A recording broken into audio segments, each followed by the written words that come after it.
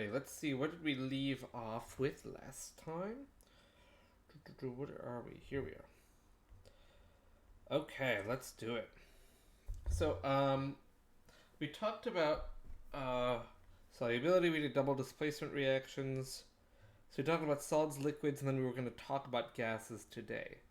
So, last time we covered that there were 5 compounds that would be gases in solutions in terms of states of matter. And so, if we are looking at some of these, 2 of them are produced directly. Chlorine gas is only done from single replacement reactions, so we'll worry about that today. Hydrogen sulfide can be produced directly by combining something with H plus and something with S2 minus. And then the last 3, the carbon dioxide, sulfur dioxide, and ammonia, those are produced through other compounds. And so we're going to see there that whenever we see those compounds in a double displacement reaction, we're going to have to kind of do this last little decomp bit. So let's go ahead and get started, shall we? Okay, let's see here. So we are doing gases and reactions. So gases in our double displacement reactions. Let's do it. So with these, we saw, for example, that if we are going to, nope, it was 2. If we make one of these 3 as a product, we have to break it down in a double displacement reaction.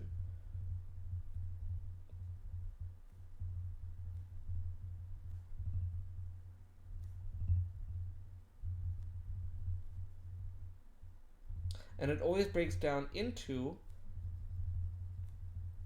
water and something else. So if you just take the water and separate it out, for example, of H2SO3, if you take H2O out of that, you'll get rid of both hydrogens, you'll get rid of 1 oxygen, you're left with SO2. If you take water away from ammonia, you need to take out 2 hydrogens, 1 oxygen, you're left with NH3. If you take water away from carbonic acid, you're left with CO2. So here's another one. Let's do it.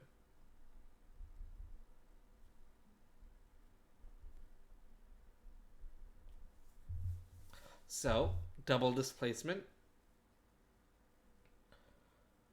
These should be aqueous. Aqueous ionic compounds, remember, tell us our that it's a double displacement reaction. And so we will have to think, okay, what are the ions these things are made of? And we're going to go ahead and have to split them up.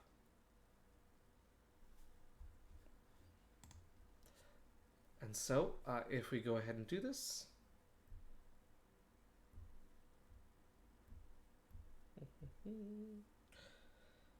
we take NH4 plus and now put it with OH minus.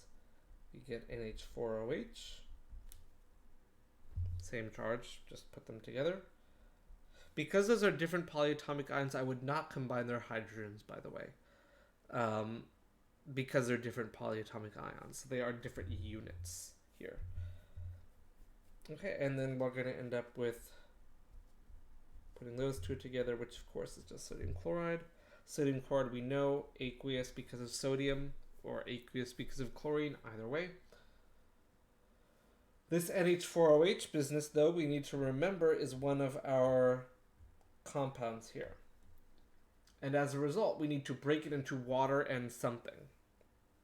And so really we need to write that as water, liquid, plus ammonia gas. So we don't write it as ammonium hydroxide. We write it as water and ammonia. So in this case, we end up with water, ammonia, and sodium chloride as our products of this reaction. All right. So whenever you see one of those things, you have to break it up. And that's how that'll work.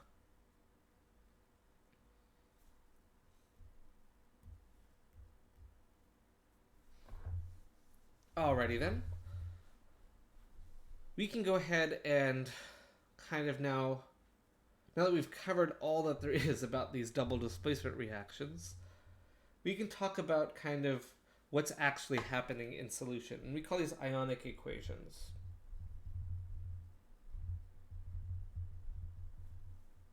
And so if we have this equation that we talked about before,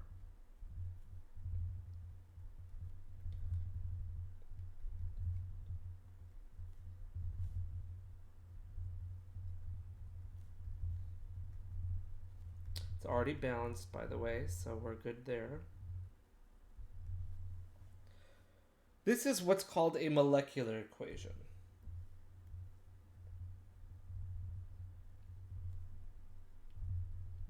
But we have other ways of talking about this reaction. Why do we have to break it up? Because that's what happens physically. So remember we saw that video of the vinegar and the baking soda? No worries. We have to break it up because that's what happens. These compounds that are formed, these are all unstable. And they will very rapidly break apart. And so we see that, physically speaking, that it's instantaneous. We put our vinegar and baking soda together, immediately we see bubbles forming. Those bubbles are carbon dioxide bubbles from the formation of carbonic acid. It just happens by itself immediately. And so that's why we need to write it out. Okay? So, because we want to be as accurate as we can to what's actually happening in this reaction. Because if we don't, we're going to see with these ionic equations, if we leave it as H2CO3 or ammonium hydroxide, we would predict that there's no reaction happening if we leave it alone. So we need to make sure that we do understand there is a reaction happening here. And so that's the production of a gas.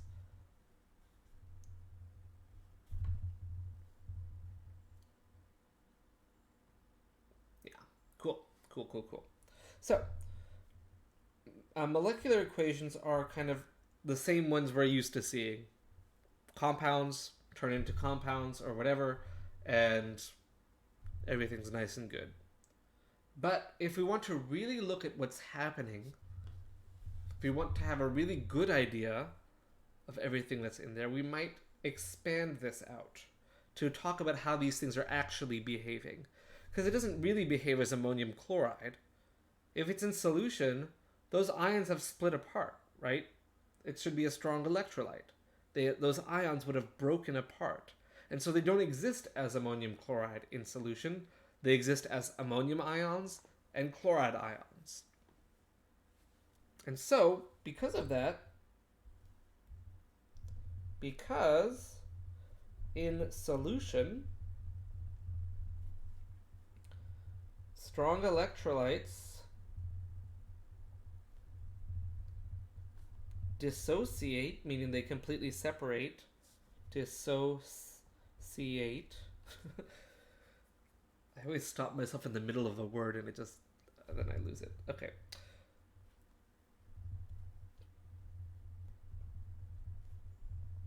We can express this more kind of accurately. And this is something called a complete ionic equation.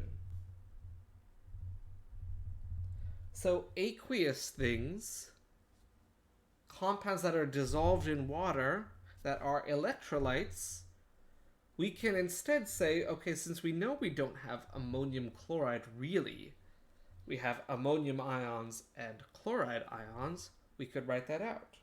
We can split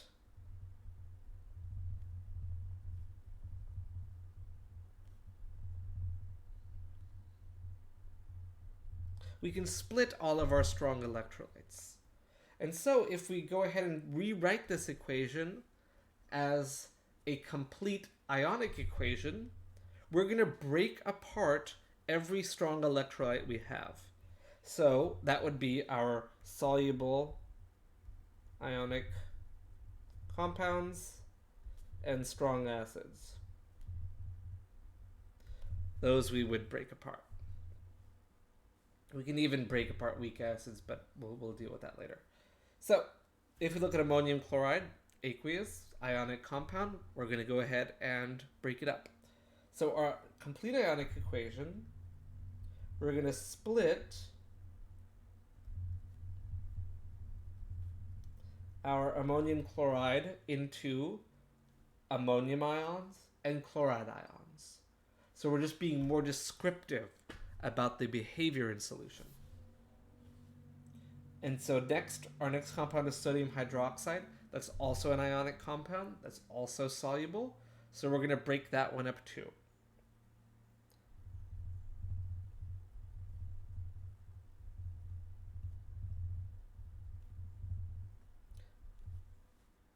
All these ions are aqueous. We put those as the states there.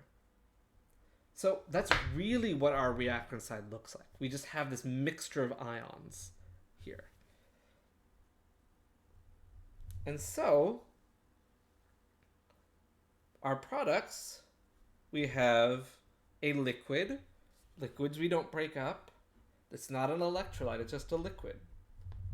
So we keep that the same.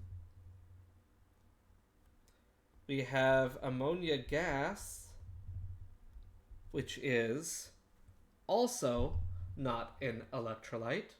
It's a gas. Electrolytes are aqueous things. And I'm out of space here, but we also had sodium chloride, which was aqueous, so therefore we should split that up into its ions.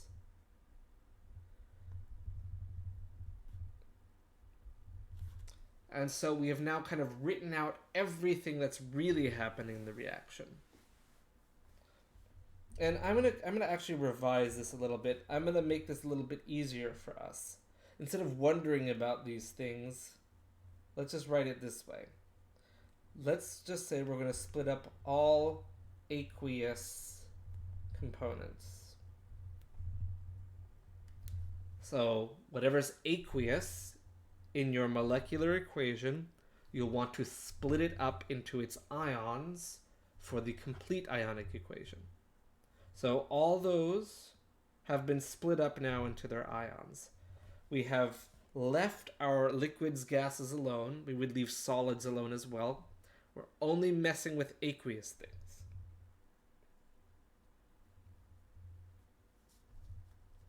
So we are going to leave solids, liquids, gases alone.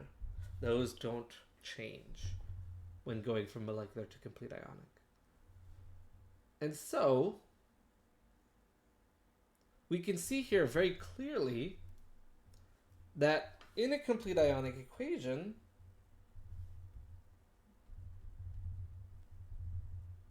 some things in this are unchanged, which means they haven't reacted, which we call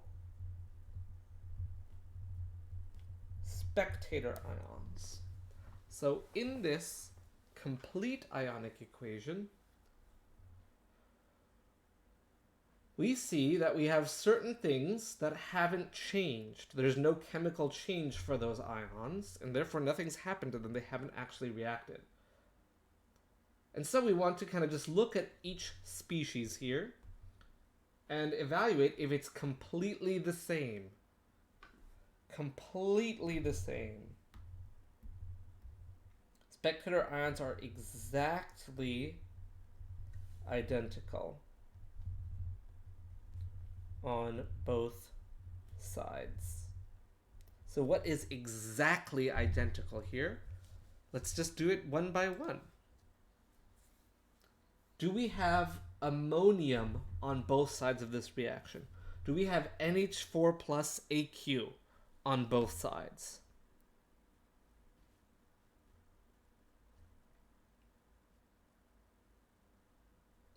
We don't, right? We have ammonium only on the reactant side. So it's not exactly identical on both sides, so it's not a spectator. Something has happened to ammonium. Moving on, do we have Cl minus AQ on both sides? Aha, we do. We have Cl minus AQ on both sides. Therefore, we can say chloride is a spectator in this reaction. It's not doing anything. We'll keep on going. Do we have sodium plus AQ on both sides? Yes, we do.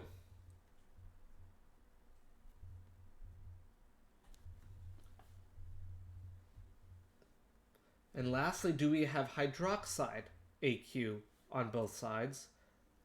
We do not.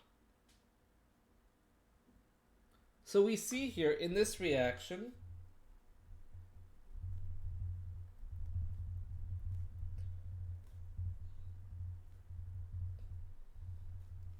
that sodium and chloride are spectators. They are not doing anything. And so we can kind of then condense this a little bit. If we remove spectator ions, we get what's called a net ionic equation. And so we're going to just remove our spectators. We're going to keep everything else. So we're going to keep our ammonium, our hydroxide, our water, our ammonia. So we're going to keep everything else.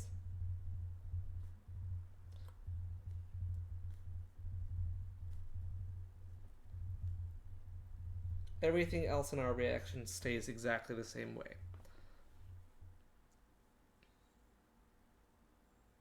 And so the net ionic equation tells us very specifically what exactly is happening in our reaction. We're getting out water and a gas by combining ammonium and hydroxide ions. It does not matter what the counter ions were. If it was potassium and bromide instead, those would still be spectators. And so our spectators don't really matter. They're just there to balance things out. We needed something to balance ammonium and something to balance hydroxide. Doesn't matter what they are, because they're spectators in the reaction. So in this case, it was sodium and chloride. Could be lithium and chloride. Could be lithium and bromide. Could be potassium. Could be calcium. Could be some other negative ion, sulfate. Whatever. Something that's not participating in our reaction, we can substitute out. And we'll still end up with the same thing happening if we try it out. For example,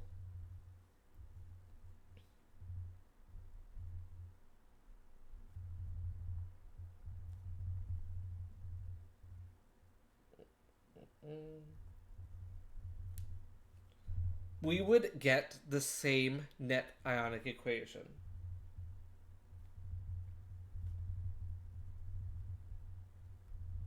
If you were to combine those two.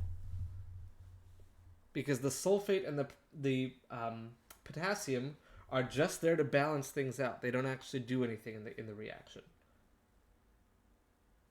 And so we're going to see here that we have now choices.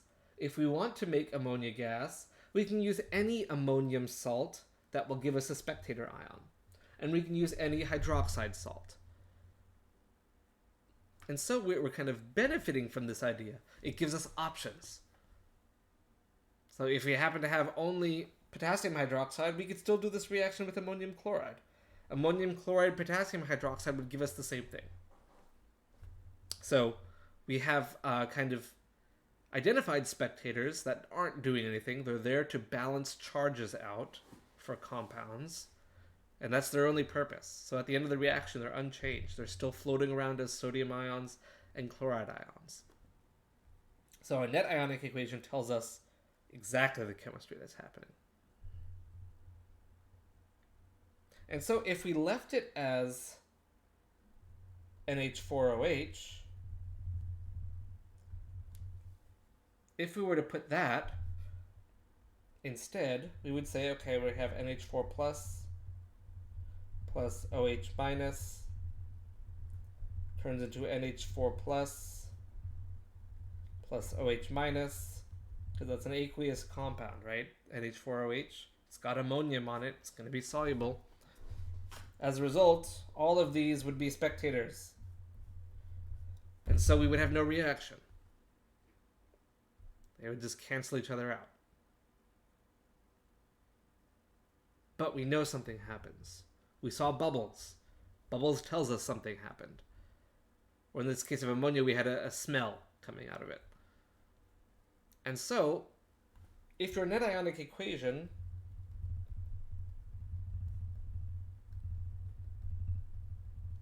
if the net ionic equation is nothing, that means no reaction took place. And sometimes that will be the case in a double displacement. Sometimes nothing will happen. In this case, something did happen. We formed a liquid and a gas.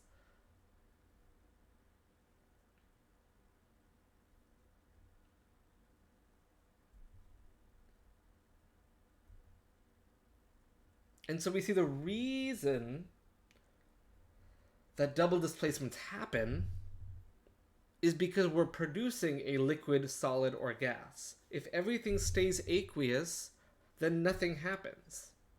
And so the driving force for these reactions is the production of something more stable, as for all reactions, right?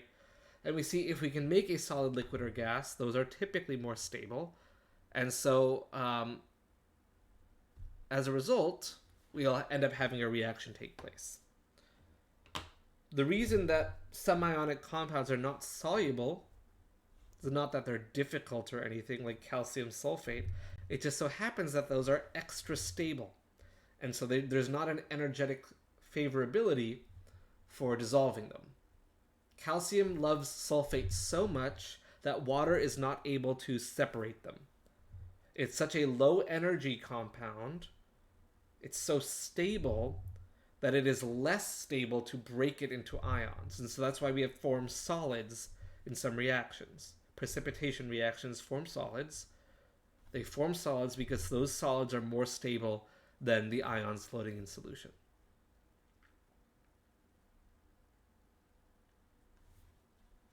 All right, let's take a look at an example of when something doesn't happen.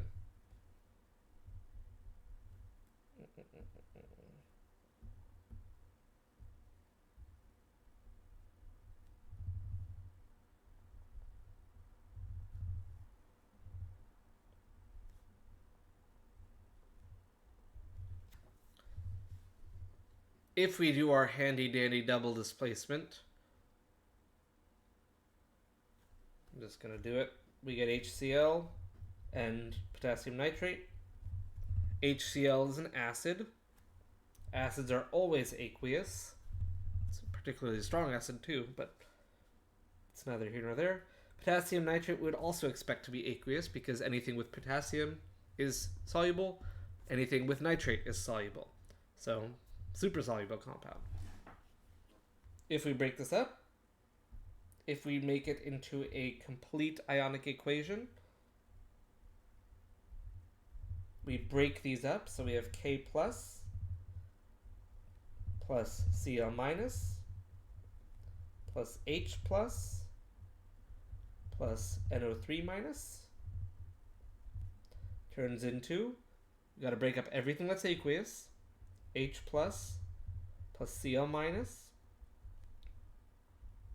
plus K plus NO3 minus.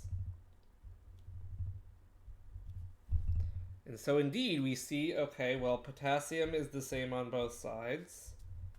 Chloride is the same on both sides. Hydrogen is the same on both sides. Nitrate's the same on both sides.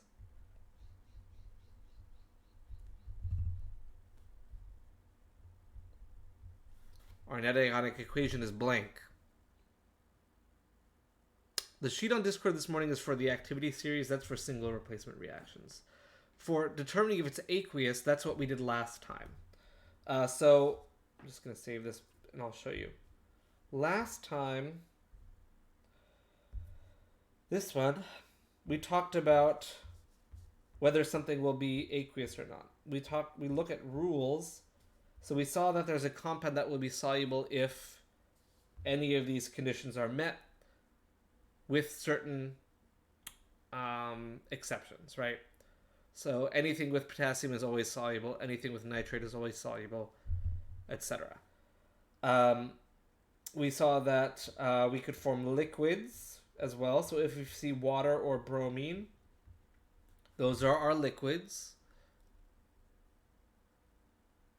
And we saw gases were the last kind of bit we talked about, and we started with that earlier today. So acids are aqueous and soluble ionic compounds are aqueous. That's what we worry about here. So going back,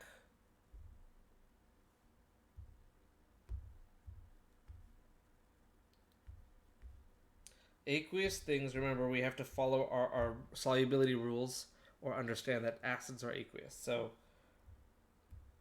just remember that aqueous things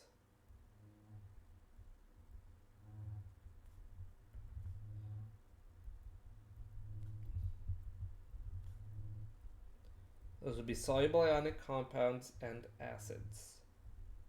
Those are our aqueous things. Yeah. Mm-hmm. And then so the rest would be, here we can write it out again. Solids would be insoluble ionic compounds. Liquids would be water and bromine. That's ugly. And then gases would be ammonia, CO2, SO2, H2S, and Cl2. Those are our gases. So, okay. So the difference between aqueous and solids, that's going to be the one with the rules. So determining if something is solid or not. All right. Hold up. This person keeps calling me. I think this is a delivery. So give me 1 second. I'm going to just put up our solubility rules again so we can have those. All right. 1 second.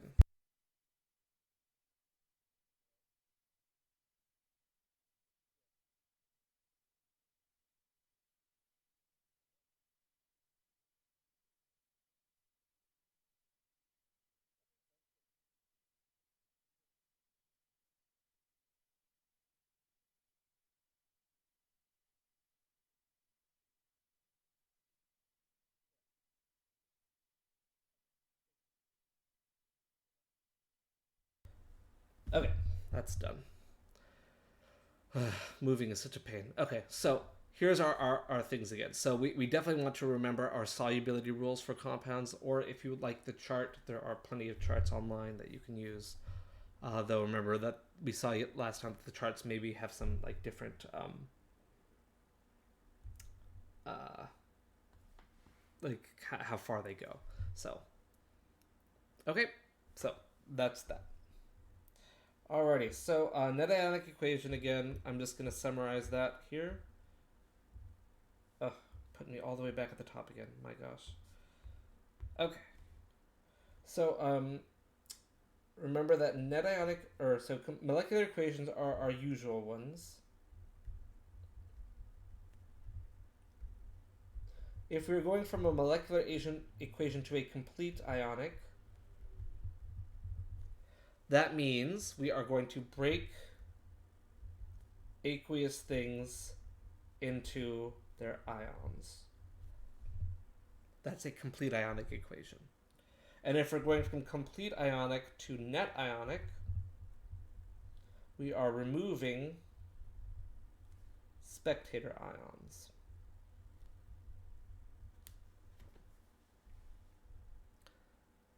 And so, just so we know, ideally these things will be balanced already before you start doing this process. So I would balance them first, because otherwise you're not going to get things that cancel out. So I'll just put that here, balanced.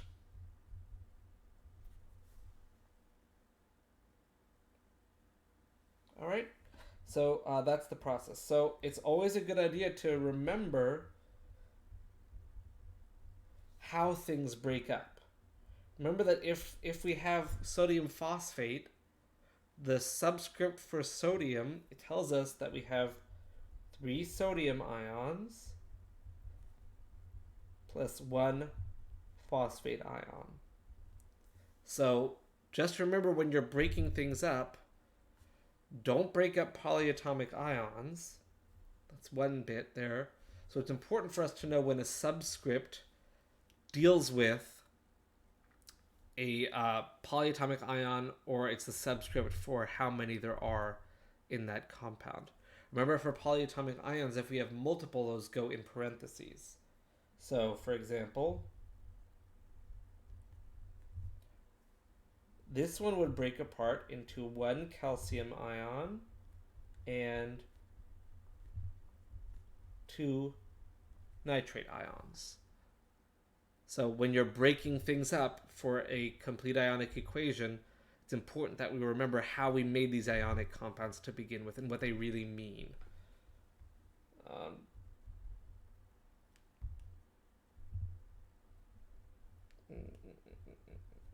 Just making this one up, but this would be 2 aluminums and 3 sulfides. So you need to remember your charges. You need to remember what subscripts mean. These are ionic equations, so you are expecting to see charged things in here. For whatever reason, a lot of students just leave off the charges. They just write 3Na and PO4. And that's not correct. Sodium is very different from a sodium ion. Sodium will explode in water. Sodium ions are necessary for life, and we need them all the time, and we drink them. And so we don't take sodium as elemental sodium, we have ion sodium. So don't forget, that's my last tip for you here, is don't forget your charges. It is so common for students to forget charges when doing this.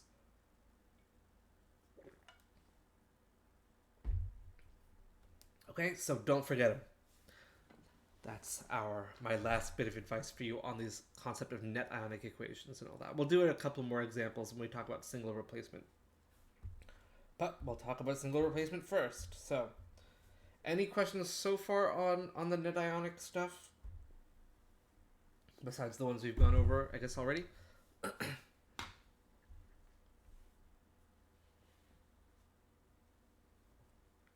I'm going to just start writing, but I'm going to keep my eyes open on this.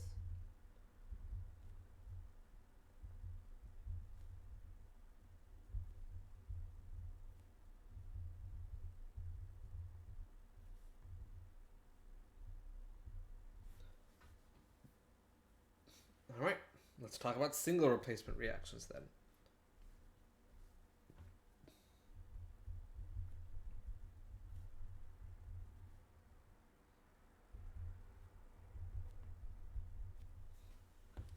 These are substitution reactions.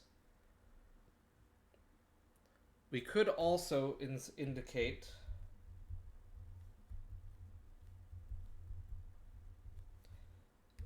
depending on what's going to happen here. So I just need to make some distinctions.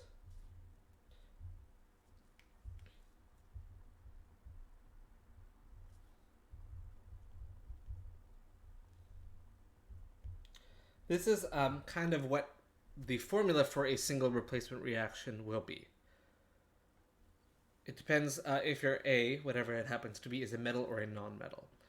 We're going to see what happens here is we take an element and a compound and we get out an element and a compound. If this reaction proceeds, something will kick out another thing. And so it'll just substitute itself in there.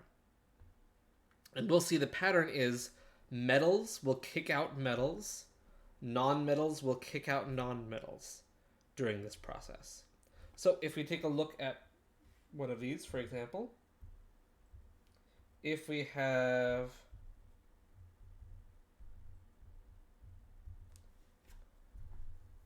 something like this, we have a metal and a compound, so an element and a compound reacting together. We're going to produce an element and a compound. We have two choices here. We're either making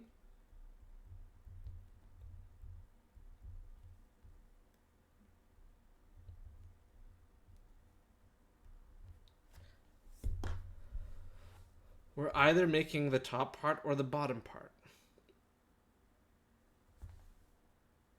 And so we need to understand that metals will replace metals, non-metals will replace non-metals. It really makes no sense to do the top one. Sodium and calcium won't bond, they both form positive ions. There's no way that we're ever going to get something between sodium and calcium. So we see here, sodium, a metal, will kick out calcium, which is another metal, to replace itself in there, in this sort of reaction. So it's a matter of kind of choosing which elements are metals and which are non-metals, and we have to figure that out. So for example, if we have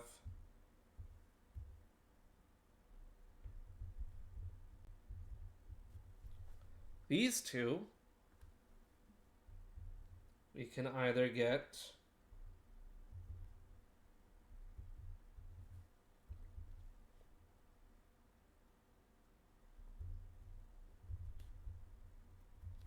it'll be one of those two. If in the case that our element is a non-metal, we are going to kick out a non-metal. We're going to end up having our other element. The element in the product will also be the same type as your element that you started with. So I started with a non-metal in this case. So my product element, the thing by itself in the product, should be a non-metal. Should be the same type as the thing you start with. So you're always going to have an ionic compound as part of your reaction. You'll have an element as well. If that element is a metal, you're going to produce a metal and an ionic compound. If your element is a non-metal, you are going to produce a non-metal and an ionic compound. And so it's simply a matter of sticking itself in there. And notice, as always, that these are charge balanced. Doesn't matter that calcium chloride has 2 chlorines. That's a problem for balancing. That is not a problem for forming compounds. Sodium and chlorine only ever form sodium chloride NaCl. Do not write Cl2 there. That 2, for calcium chloride, we deal with that 2 when we balance the equation. That's the reason the subscripts are changing, is because we have to form the correct compounds. Remember that there are 7 elements that are always diatomic, right?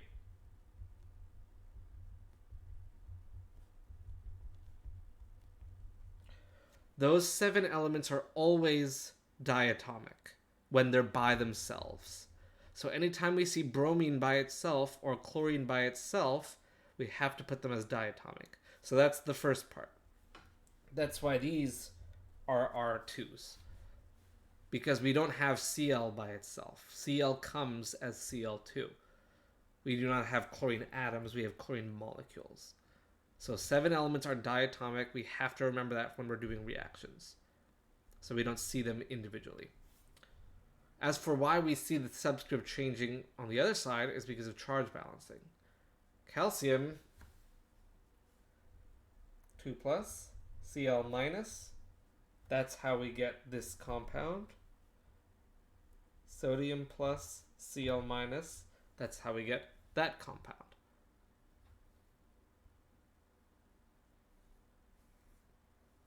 So it's important that we remember still, just like with double displacement, that we are charge balancing things. So if we take a look back at some double displacements we did,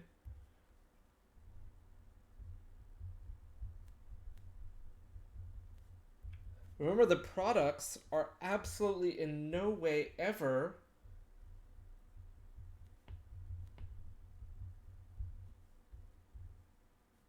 angry. Absolutely not. We always have to make the correct product charge balanced. So the products you get from this reaction here are NaCl and calcium phosphate with correct charge balancing. We then deal with stuff later by balancing it. So it does not matter, just like it doesn't matter here,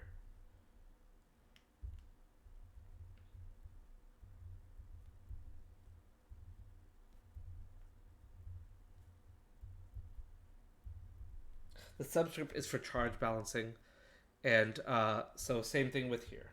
So it doesn't matter how many chlorines we have on the left, that we deal with when balancing the equation. If you're to balance this, by the way, that would be the coefficients you'd get. But so that's when we deal with the inadequacy of not carrying over the right amount of chlorines. We deal with that when we balance. So when we're predicting the products, though, those are the rules we need to keep in play. We need to remember our diatomic elements, and then we've got to charge balance things properly. Let's take a look at this one in more detail, the first one. Let's take a look at that in more detail.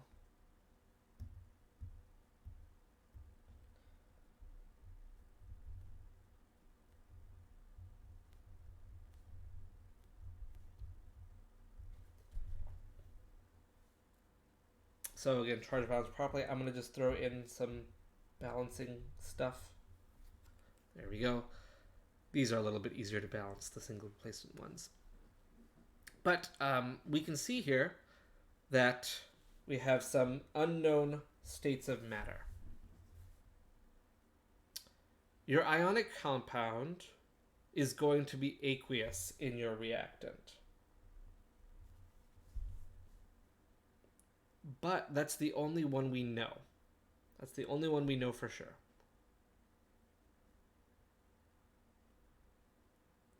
We will know what sodium's is. When we're looking at elements, we have different rules. And the rules are thankfully much easier this time. So for elements,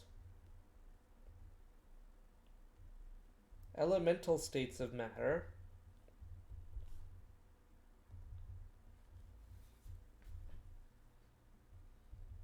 all metals except mercury are solid.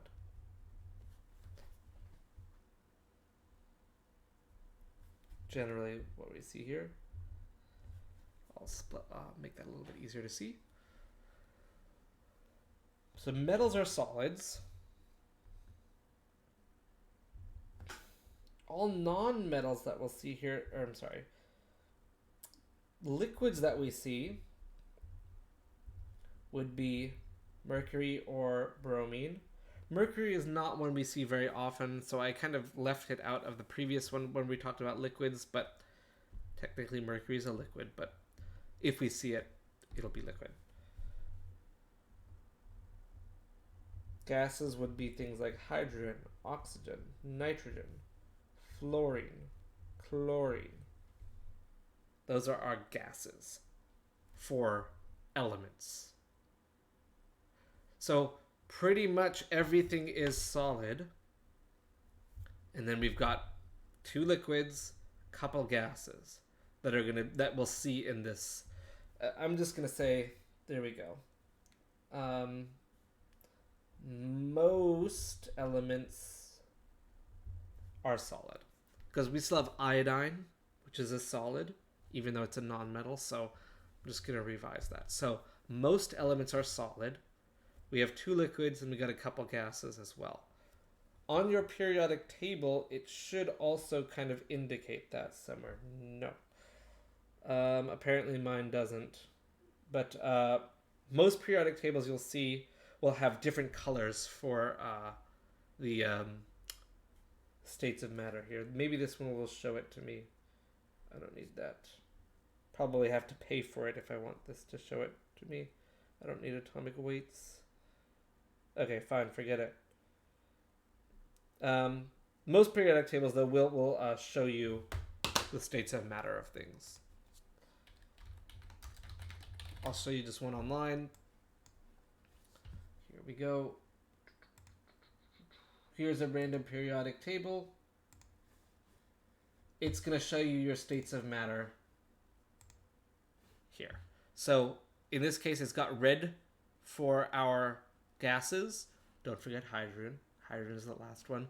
We're not going to see the noble gases as part of this, so I'm leaving them off. We have bromine and mercury as our liquids, and everything else is solid.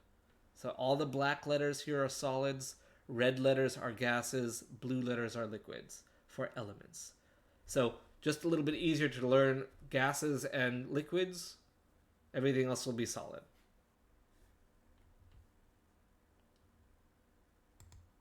Cool. So if you think about this, sodium should be a solid. Calcium should be a solid. They're both metals. Pretty much all metals are solid, so we're okay there. And then this NaCl business should be aqueous, right? That rule is still from before. So all of our ionic compounds, we still follow our solubility rules. So anything with sodium as an ion will be aqueous. Sodium metal by itself is solid, but sodium ion compounds are aqueous. I get that. There's a lot of stuff going on here.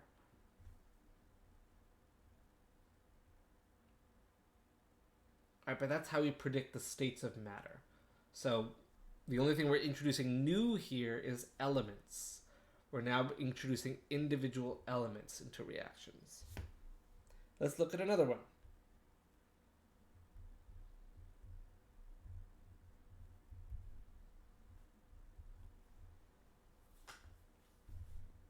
Here's one.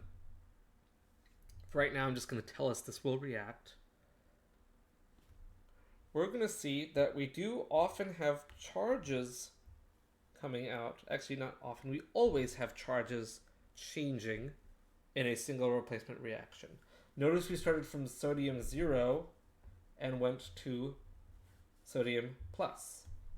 We started with calcium 2 plus and we went to calcium 0 over the course of the reaction. We went from ionic calcium to elemental calcium. So calcium 2 plus to calcium neutral. And so we see that things change. We're going to see transition metals assume a +2 charge. If we're dealing with transition metals, let's just set a rule that if we're going to be making a transition metal from a neutral species to a charged species, since we know that they do different charges, we're just going to, for now, say +2. All transition metals just put +2 as their charge in the final compound. So, let's see. Silver nitrate and copper. This is one we did a video of. If you remember, we ended up getting the blue solution and the silver coming out. I guess I've given that away. But copper is a metal, right? So it's going to kick out the other metal. It's going to kick out the silver. So we're going to end up with silver by itself. Kicks it out. And therefore has now inserted itself with the nitrate. And so we need to think, okay, we're going to assume copper is in its 2+ form.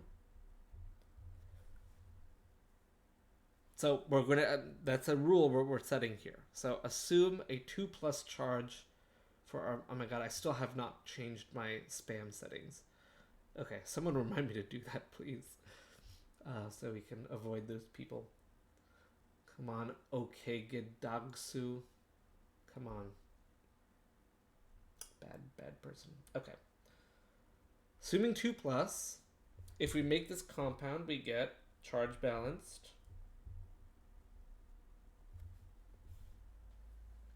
Our copper to nitrate. If we want to balance this, silver seems to be okay. We have 1 silver on both sides.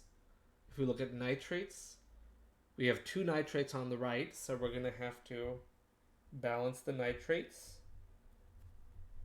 And now we have messed up our silver, so we're going to have to fix our silver. And then if we look at the copper, we see we have copper on the left, copper on the right, just 1 of each. We're good. This thing is balanced now. These ones are easier to balance than some of our other ones. For states of matter, this one is always aqueous. So whatever ionic compound you're starting with must be aqueous, because we need it to be ions in order to react. If you look at copper, copper normally is a metal, right? So it's going to be solid. If you just put copper into water, nothing happens, right? That's why cookware can be made of copper. You've seen pots and pans made out of copper.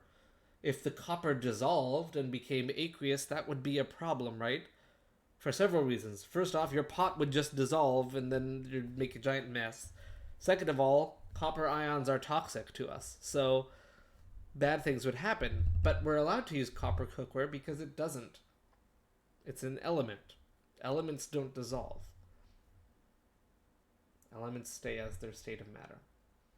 Silver, much the same. We can use silver, a silver teapot or something, because the silver doesn't dissolve. It's an element. Elements don't dissolve in water. So that one should still be a solid. Silver, it's a metal. Solid. And then the last one, we then have to go to our rules and say, okay, is this thing going to be what state of matter? Is it going to be a solid ionic compound or an aqueous one? And we say, it should be aqueous because anything with nitrate is going to be aqueous. All right, so states of matter, we need a periodic table, we need our solubility rules. That's going to be what we need for these. So let's look at the net ionic equation for this. If we look at the complete ionic equation,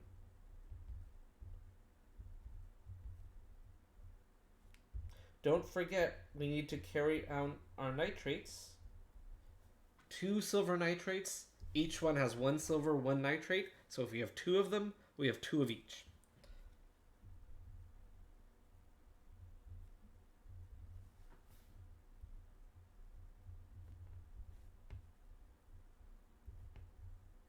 So splitting apart our aqueous things, we see, now this is a part that some students have trouble with, but in order for something to be a spectator, it must be exactly identical on both sides. So we ask ourselves,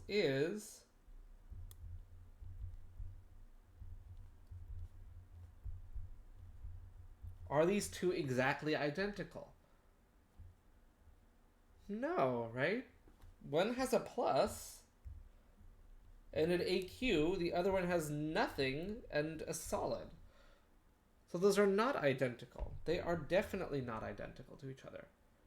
And so these aren't spectators.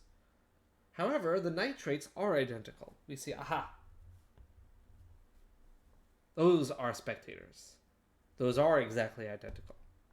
And then Cu solid versus Cu2 plus, those are different. So our net ionic equation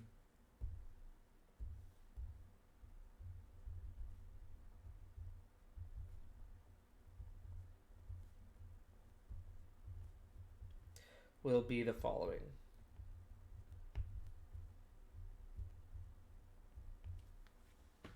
So this is what is happening in this reaction. We're taking silver ions, putting them with copper metal, making silver metal and copper ions. We see that electrons are moving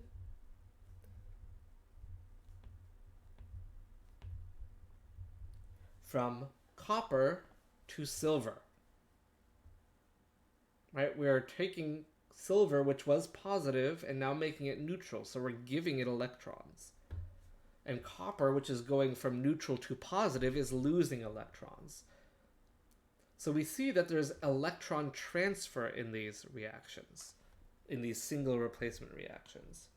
And generally, we say that electron transfer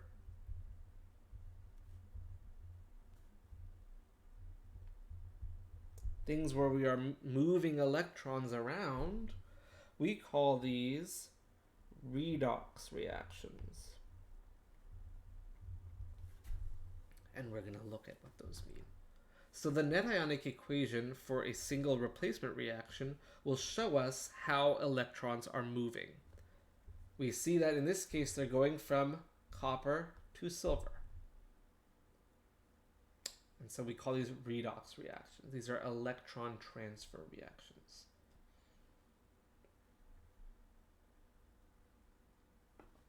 And so, if we ask, if we want to know if a redox reaction will take place, we need the activity series. We see that we can get this reaction to happen, but we can't get the other one to happen. We can't get the opposite. We can't get this to happen. We can't get the opposite process to happen.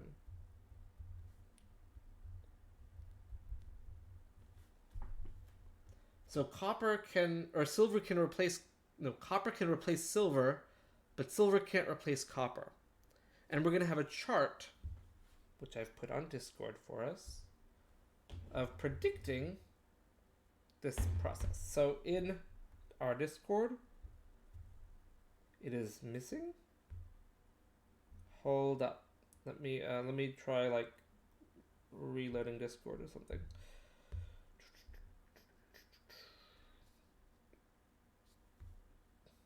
I swear I just put this thing in here. Oh, because I'm in 101. Duh. Okay. There we go. Here is our activity series. We're going to see that things up top are going to be the ones that can kick out things. So lithium will always be able to kick out another metal. We see here, down here towards the bottom, we had copper and silver. Because copper is higher up on the chart, it is able to kick out silver. Anything higher up can kick out things below it, and not the opposite.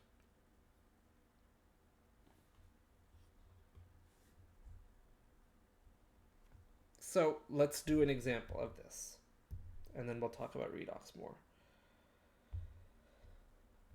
If we say will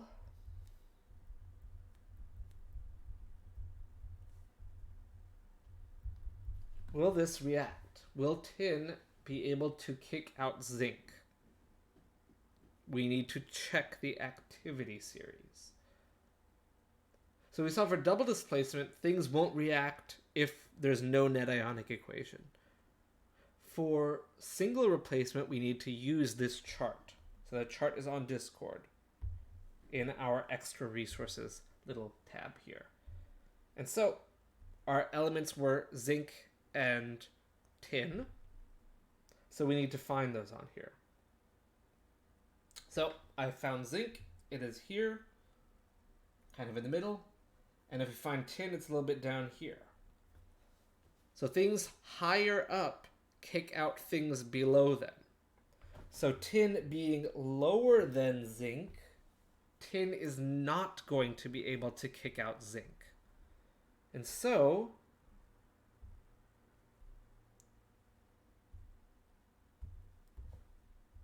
no, tin is lower than zinc on the activity series,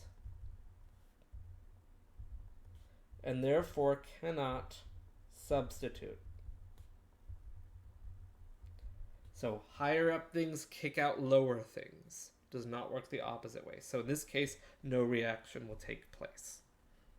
Okay, so if you're asking yourself if a reaction will work, you have to consult the activity series. For nonmetals, it's a little bit easier. So fluorine, it follows the periodic table. This is the activity series for the nonmetals. Fluorine can kick out any of them. Chlorine can only kick out bromine or iodine. So this is the activity series for nonmetals. I think that chart that I gave you is for metals only. So for nonmetals, it just follows the same as the periodic table. So fluorine is the top, chlorine, bromine, iodine. And those are really the only ones we see kicking things out in single replacement reactions anyway. So, okay, so just consider those as well. All right, let's talk about this redox business. Redox comes from a combination of two words, reduction, oxidation. Redox. And these words are new for us, but we're going to see we have a way to remember them. Here is your mnemonic. The way that you'll remember this is that oxidation is losing electrons. That's the process of oxidation. Oil. Oxidation is losing oil. And reduction is gaining electrons. And so in electron transfer reactions, there is an oxidation taking place, so something is losing electrons, and a reduction is taking place, something is gaining electrons. And so in this last case, we saw, this copper is losing electrons because now it's more positive in the product. It's lost electrons. So therefore, copper is being oxidized. Silver is gaining electrons over the course of this reaction, and so silver is being reduced. It's just new terms. So we see, in the case of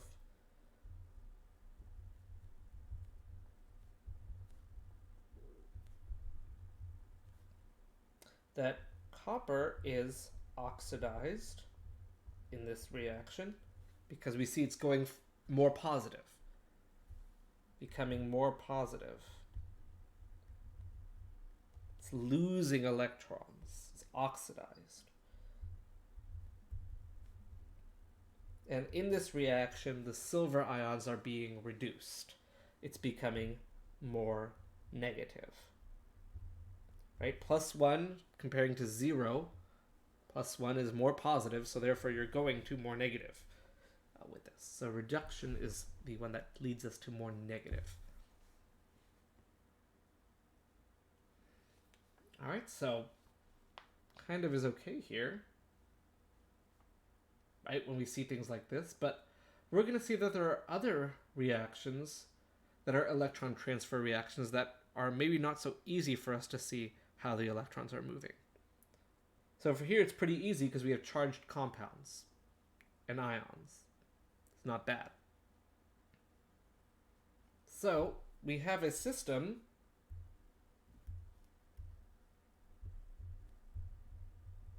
we have rules to kind of keep track of electrons as they move in a reaction. So I'll tell you right now,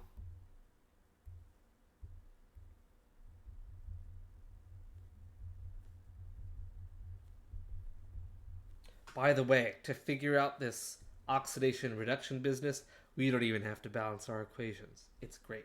We can finally take a break from that. So I'm going to use this equation just like this. I'm going to tell you right now, this is a redox reaction. I will just tell you that. But it may be hard for us to see how electrons are moving in this reaction. And in fact, this is kind of a bad example because it's just decomposition. Let me do one that is, here, let me do this one.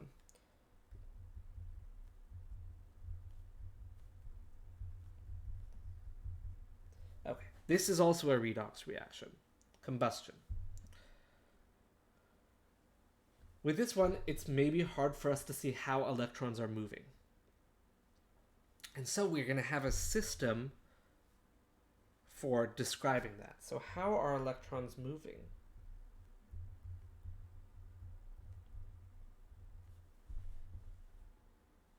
Well, we're going to have rules. So we're going to see that we have something called an oxidation state, or an oxidation number. And this is going to be our system of accounting for electrons. So we are going to have rules for determining the oxidation state of an element in a compound. And we're going to look at those numbers as things happen in a reaction. So our first rule is any element by itself has an oxidation number of 0. So anything just by itself, we're going to set as our 0. So for example, copper, aluminum, bromine, sulfur with 8 sulfurs, all of these would have oxidation numbers of 0. I'm just going to erase the state symbols. We don't need those here. Any of these things by themselves have an oxidation number of 0.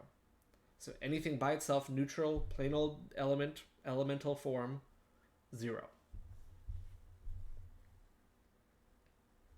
We're going to see actually for most of these rules, we've already done them, believe it or not. For simple ions, that means monoatomic. For simple ions, the oxidation number is equal to the charge. So for example,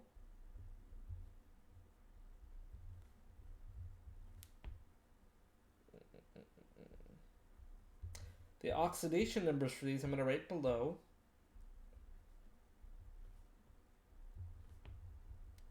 These oxidation numbers are the same as the charge for simple ions. So ions that are just by themselves. These rules, by the way, are to be followed in order. So rule number 1 takes precedence over the other ones. And in fact, right now, we have enough information to work with our silver and copper reaction. So I'm going to do that right here. So we had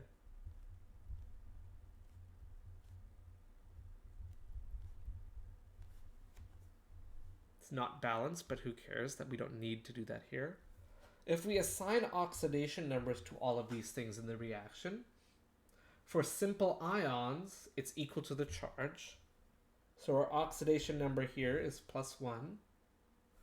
Our oxidation number here is +2. The other two are just elements by themselves.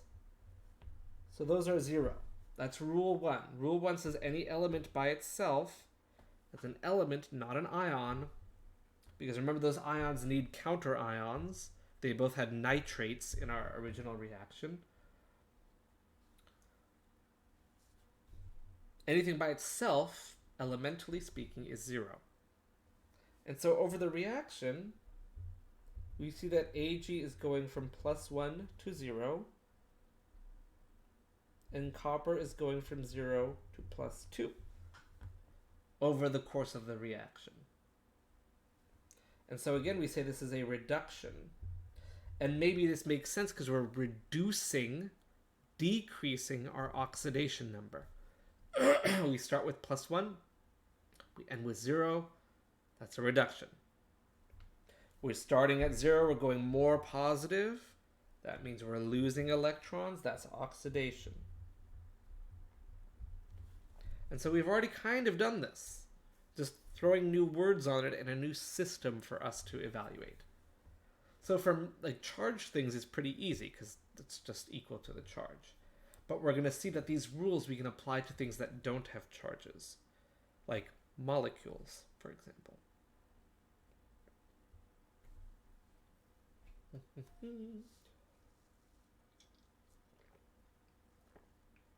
All right, so our next rule is that the sum of oxidation numbers in a compound equals 0. Alternatively, we can also say the sum of oxidation numbers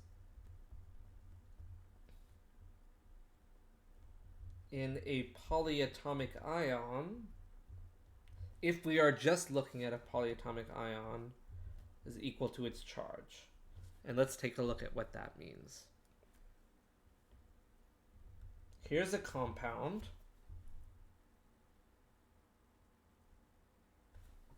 Here's a compound.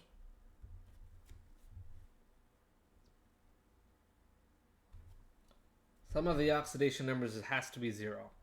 These are compounds. So, what does that mean? Well, we already know the oxidation numbers of these guys because these are simple ions. In fact, this rule doesn't even apply because these are all simple ions, but this was the idea of charge balancing. That's what this is all about. The sum of the oxidation numbers in a compound is 0, just like the sum of the charges in a compound has to be 0. If we add these up,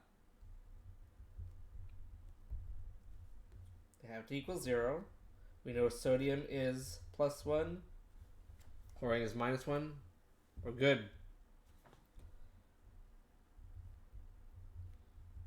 We do it for this one. We get +2. +2 times -1. Doesn't that, in fact, equal 0? Hooray.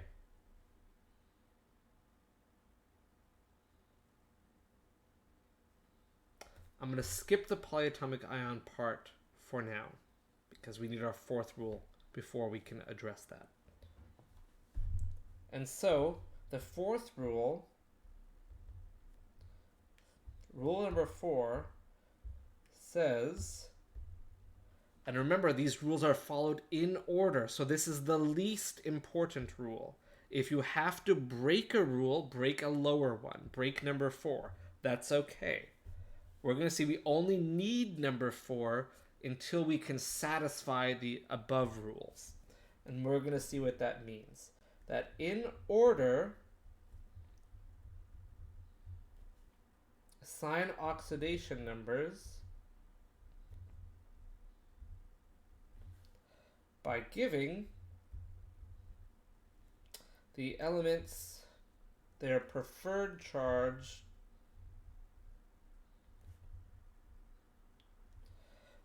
in order of electronegativity.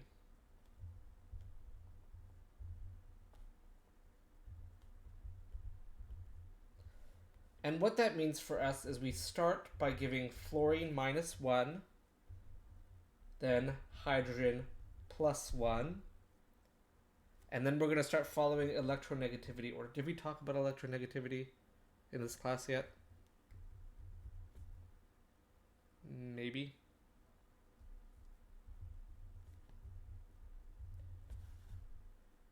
So we follow it in this order. So electronegativity, I'm just going to cover one more time.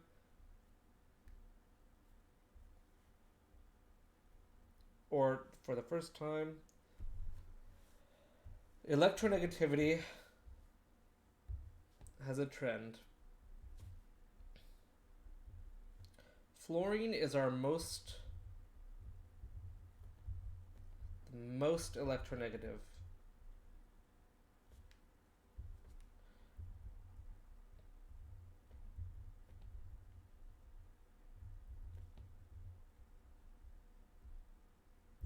It's the most electronegative element. And we're going to see that electronegativity increases as we go up and to the right on the periodic table. So if we're wondering what to follow this trend on the periodic table. So we're going to start with fluorine. That's going to get its preferred charge. And then we're going to start branching off kind of farther and farther away from fluorine. And I think also there is a list of electronegativities in here as well. Bond enthalpies, solubility chart. Fine, I don't have one here. I'll put one up maybe. So electronegativities, actually I think I had it in 101. Yeah, here's electronegativity. So fluorine is our most electronegative. I'll put this one in ours. Then oxygen, then chlorine, then nitrogen. We're going to follow this order.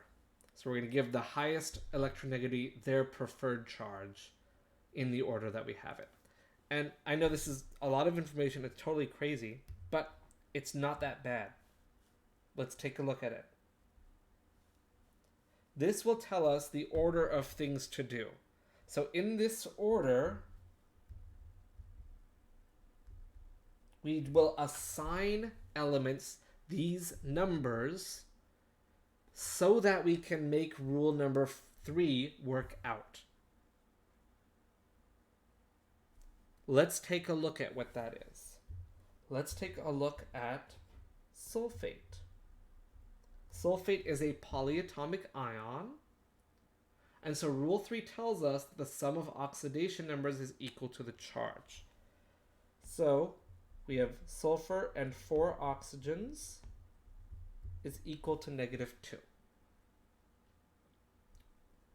What do we do now? We have no simple ions here. Nothing's by itself. So rules 1 and 2 don't apply. Now we look at rule 4, which says we have to do it in this order. And then after that, we follow electronegativity. So fluorine is first. We don't have fluorine here. Hydrogen second. We don't have hydrogen here. Oxygen is next. Aha, we do have oxygen. And that's as far as we need to go.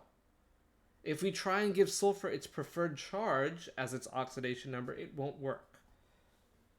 So we see that oxygen will take its -2.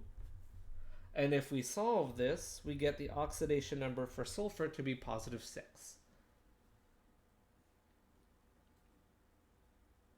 And so the oxidation number for sulfur in sulfate is +6. This is not a charge. The oxidation number is the same as the charge, but the charge is not the same as the oxidation number. Sulfate and oxygen are both nonmetals. They don't have charges with each other.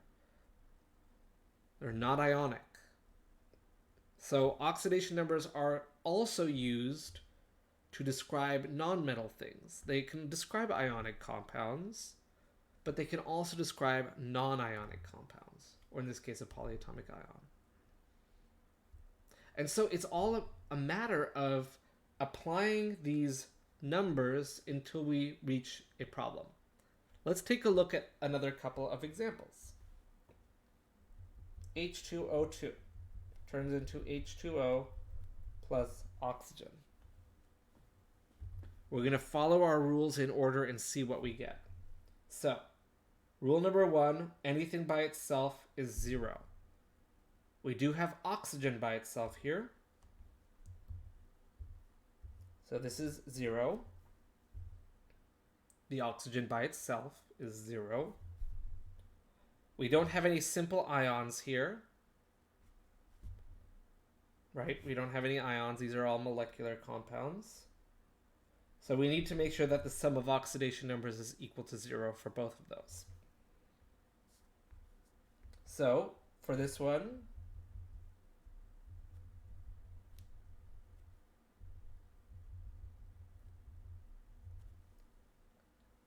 if we try and just plug in their preferred charges, not H plus 1,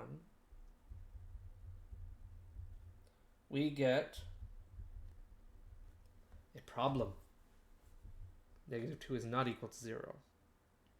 Not correct. So, rule 4, we must do it in this order. So, H gets plus 1. That's as far as we go, because we now have enough information to calculate what oxygen is going to be. So, therefore, 2 oxygens is -2. Oxygen is therefore -1 in this compound. We're going to see that these numbers are only used for seeing how electrons are moving. So we're going to consider that hydrogen will have +1, oxygen will have -1 here. And if we go ahead and look at water, here, yes, we're going to see that if we do this, we get oxygen is -2. Our hydrogen is +1. According to our rules, remember, we stop as soon as we have enough information to calculate this kind of algebra. And so we see here that over the course of the reaction, hydrogen is going from +1 to +1, so hydrogen is not changing its electrons. But oxygen is going from it's going from -1 to 0, and it's also going from -1 to -2. And so in this particular reaction,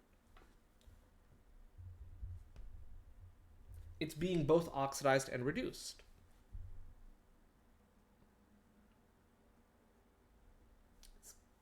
It's a way for us to determine how the electrons are moving. So oxygen is essentially splitting up. Some of the oxygen's electrons are going to a different oxygen. It'll be easier to see in our combustion reaction a little bit, because we're going to have separate things there. I'm going to copy it again.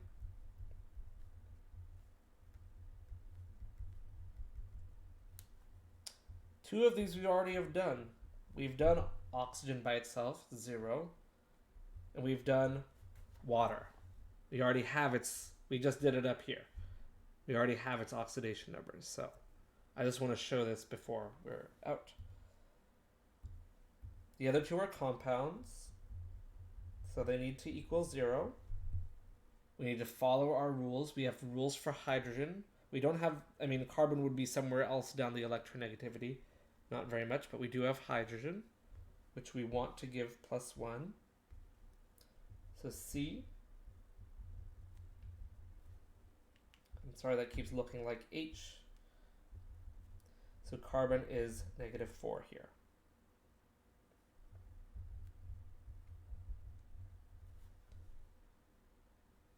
If we do this, we see we have the oxygen with priority, and so carbon is +4 here.